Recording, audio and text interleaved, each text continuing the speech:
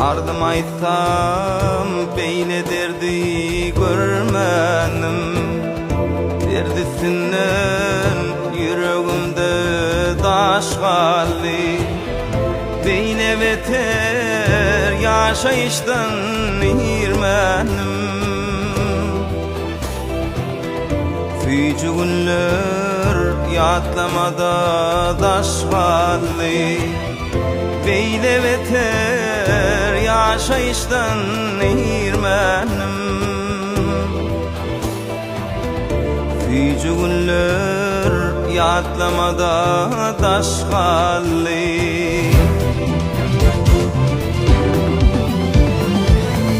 Kimi yaman iş ettim kem durmuştu, hılmat ettim yadla tomuttu boşta.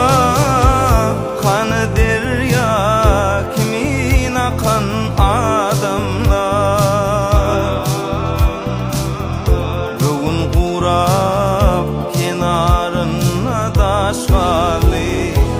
Nerede derya kimin akan adamlar,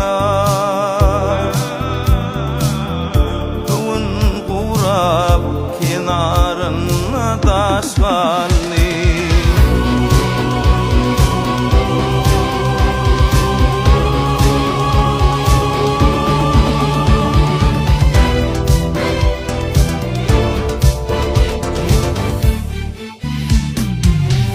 Yol geldi budurmuşum belati, yıkılmasın gönlümüzün galati.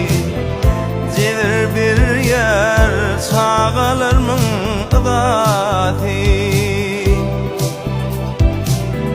ayrılıkta perdentlerim yaş kaldı. Cevir bir yer çağalarımın ıdati,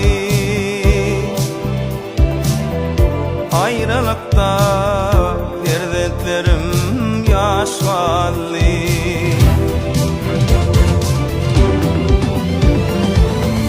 Göz yetirdim kime dağda durmuştu, ödüm ettim ödüm kaldım armana.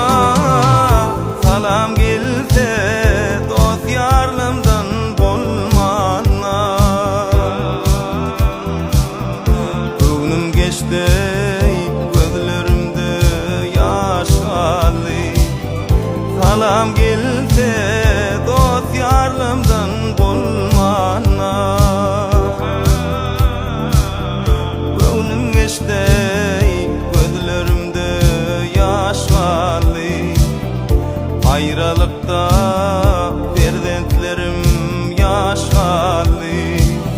Gönlüm geçti gözlerimde